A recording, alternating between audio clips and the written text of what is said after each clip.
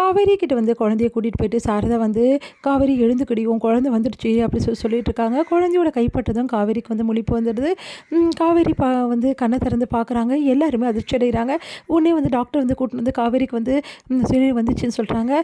காவேரி கிட்ட டாக்டர்ஸ் வந்து உனக்கு இப்போ உனக்கு எல்லாமே தெரியுதாம்மா அப்படின்னு சொல்லி கேட்டோன்னா எல்லாம் தெரியுது, எனக்கு எல்லாருமே தெரியுது, எனக்கு என்னாச்சு டாக்டர் அப்படின்னோடனே உனக்கு ஆக்சிடென்ட் ஆகிருக்குமா அப்படின்னோடனே ஓ அப்படியா சரி எல்லாரும் வந்துட்டீங்க அப்பா எங்கம்மா காணோம் அப்படின்னு சொல்லிட்டு கேட்குறாங்க. அதை கேட்டு காவேரி என்னடி சொல்கிற அப்பா எப்படிடி அப்படின்னோடனே இப்போ தானே உங்களுக்கு கொஞ்சம் கொஞ்சமாக நினைவு வருது, உங்களுக்கு பழசெல்லாம் சில விஷயங்கள் மறந்து போயிருக்கோம், அதனால் உங்களுக்கு தெரிஞ்சிருக்காது. ஓ அப்படியா அதனால தான் அப்பா வரலையாம்மா, அப்பா ஊருக்கு போயிருக்காரா நான் மறந்துட்டேனா அப்படின்னு சொல்லிட்டு கேட்குறாங்க.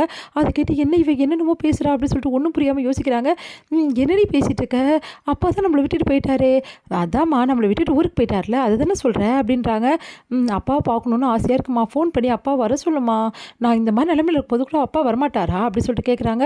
ஐயோ இவ என்னென்னமோ உளறாளே, என்னடி உளறிட்டு இருக்க, உனக்கு தான் கல்யாணம் ஆகிடுச்சுல குழந்தை இருக்குடி, அப்பாவும் வந்து இல்லைல்ல நம்மக்கிட்ட, இங்கே குழந்தைய பாருடி அப்படின்னோடனே என்னம்மா சொல்கிற, எனக்கு கல்யாணம் ஆகிடுச்சா, எனக்கு எப்போம்மா கல்யாணம் ஆகிடுச்சுமா, என்ன உளற, எனக்கு ஒன்றும் கல்யாணம்லாம் ஆகலை, இதில் வேற குழந்தை வேற இருக்குன்ற என்னம்மா பேசுகிற நீ அப்படின்னோடனே எனக்கு தான் ஆக்சிடென்ட் ஆகி எல்லாம் மறந்துச்சுன்னு பார்த்தா உனக்கு தான் மறந்துச்சா அப்படின்றாங்க.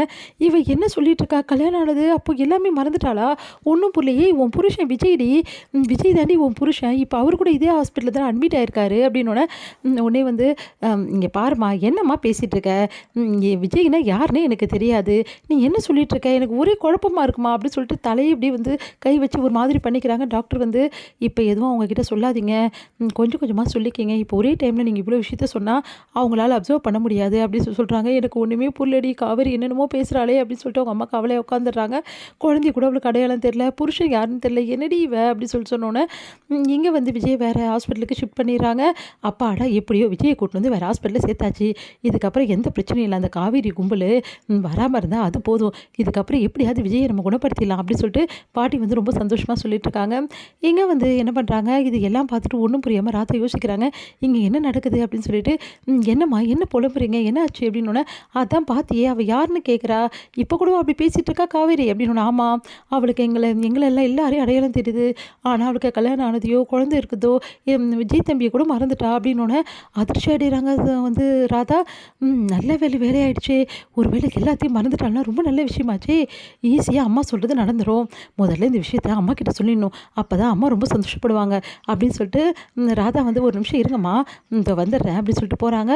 போயிட்டு வந்து ஃபோன் பண்ணுறாங்க பாட்டிக்கு, என்னடி அங்கே என்ன நடக்குது அப்படின்னு சொல்லிட்டு பாட்டி கேட்குறாங்க.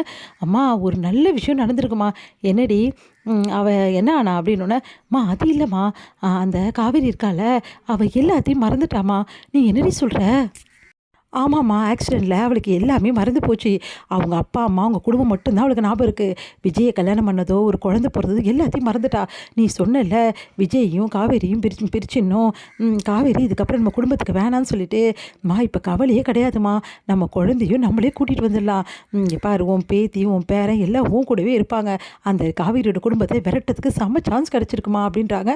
நல்ல விஷயத்த சொன்னேடி, நான் நினச்ச மாதிரி எல்லாமே நடக்குது, சீக்கிரமாகவே அந்த குடும்பத்தை விட்டு பிரிச்சுட்டு குழந்தைய நம்ம கூட்டிகிட்டு வந்துடணும்டி, இப்போ இதுதான் சாக்குன்னு சொல்லிட்டு அவங்கள திருப்பி அனுப்பிச்சிடலாம், காவேரிக்கு வர ஞாபகம் இல்லைல்ல, அவள் வந்து எங்கே சண்டை போட போகிறா, அதனால் இந்த பிரச்சனை ஈஸியாக முடிஞ்ச மாதிரி ஆயிடுச்சுடி, சீக்கிரம் அங்கே என்ன நடக்குது ஏது நடக்குதுன்னு பார்த்துட்டு உண்மையிலே காவேரிக்கு நினைவு வராமல் இருந்தால் ரொம்ப நல்லதாக இருக்கும், அவளுக்கு கடைசி வரைக்கும் நினைவே வரக்கூடாதுடி, நானும் அதை தான் யோசிச்சுட்ருக்கேன், இங்கே என்ன நடக்குதுன்னு அப்பப்போ ஃபோன் பண்ணுறேன் அப்படின்னு சொல்லிட்டு ராதா வந்து யோசிச்சுட்டு சொல்கிறாங்க.